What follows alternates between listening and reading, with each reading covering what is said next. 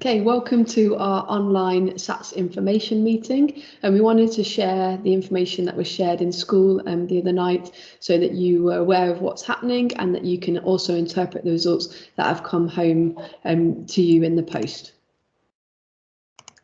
So just to share with you the SATS week, which will be held on the 9th of May, week beginning 9th of May this year, will look something like this. So this is a timetable for the week, and that this will be the same whatever school a child is in across the country, because there are statutory tests that is done across the UK at the same time. So on the Monday, the children will do 2 papers, a grammar and punctuation test, and then a spelling test. And those 2 will be put together to give a mark for SPAG, so spelling, punctuation and grammar. Then on the Tuesday, they'll do a reading paper, and this will test the children's ability to read and show that they understand the text by answering lots of comprehension questions about it. That's an hour-long paper, and they will do that on that day. Then on the Wednesday, we'll start the maths tests. Now there's 3 maths papers, and the first of which they'll do will be an arithmetic paper, which is kind of like the core maths, 4 operations and some fraction questions, things along that line. And then there'll be 2 reasoning papers, so 1 on the Wednesday and 1 on the Thursday. The reasoning questions are maths that's more practical, real life questions about money, for example, or units of measure. And often the maths operations that are required are a bit hidden in the word problems. And then on the Friday, there'll be no tests. The children will be done by then. And so we'll have some class rewards that day after all their hard work. Now, as I said, the SATs are a national statutory test, which is done across the country. So the papers are all marked outside of school. They're securely sent off, and the scores will come back to us.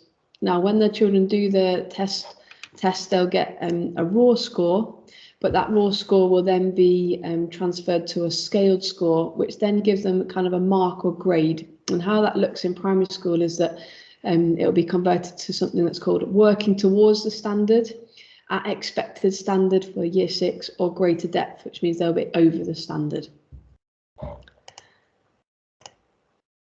And as you can see from this slide, the scaled scores depend on what that standard is that they're given. So for example, if they got a scaled score in their test of 82, they would be at the working towards standard. If their scaled score was 102, they would be at expected standard or anything between that gap. And if they got over 110 on the scaled score, they would be working at greater depth. Now, this is where you might want to have your results in front of you that you either got on the night or that have come through the post. So you'll see on your letter that at the top of the page, it gives you an idea of what the raw score is for each of the tests that the children did most recently. And then below at the bottom of the page is your children's actual scores that they've got in the last few tests they've done. So, for example, the one that I've got on the screen here, you can see that in the July test they did at the end of year 5 in reading, they would have got 22, and then in November they got 14, and then in February 22. And so that's a raw score that's given at the bottom of your page. Now that raw score then matches to the scaled scores that are in the second page that's in your pack. So just for this, I'll just look at the February raw score, because the scaled score changes depending on which test it is. So if, for example, in February in maths, this example here, this person scored 48. If you look at that second sheet, which looks a bit like my next slide, here you can see that 48 as a raw score matches to 98 in maths in the scaled score. Now that would mean that this person would be just under expected and it would be working towards the standard.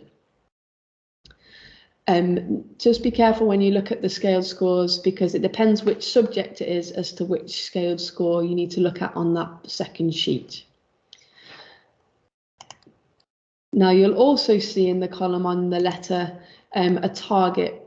Now, part of the reason that we do SATs is because it's good for schools and for you to see the progress that a child's made from Key Stage 1 to Key Stage 2. And generally their target is linked to their Key Stage 1 standard that they got when they've done their Year 2 assessments.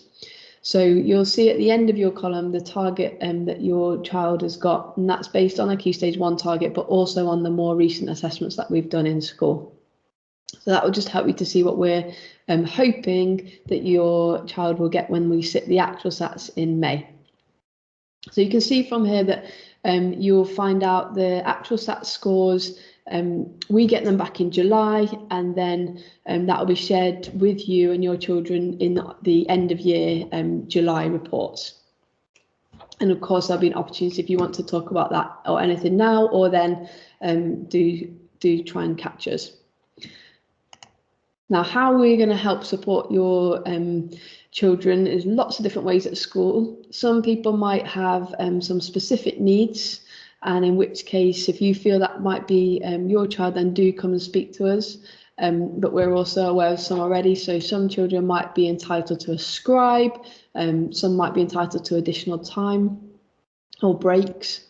All the children will be split into different small work groups, so that we can support them emotionally and encourage them through those tests. And all the children will be invited to come to a breakfast club during the week, so they can come, relax and have some good food before we do the tests each morning. How you can help at home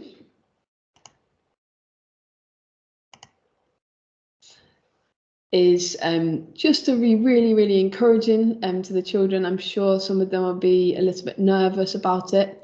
We want it to be as positive as possible for them. So there's lots of ways you could help in the run-up and during the week. Be good to keep your children, make sure that they're coming to school, that their attendance is good, because we cover lots and lots in school.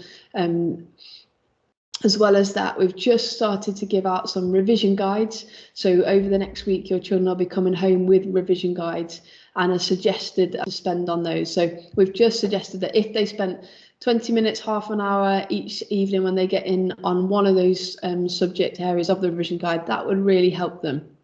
But whatever it is that they can do at home with those revision guides will be a real asset to them. And of course, they've been having lots of homework throughout the year, which lots of them have been doing in terms of spelling practice, reading, and all those things will help, and then multiplication as well. So hopefully that shows you a bit about the SATs week, what we're doing in school and what you can do at home. And of course, if you've got any questions or you want to ask about their results, for example, then do come and speak to us. But thank you very much. Bye-bye.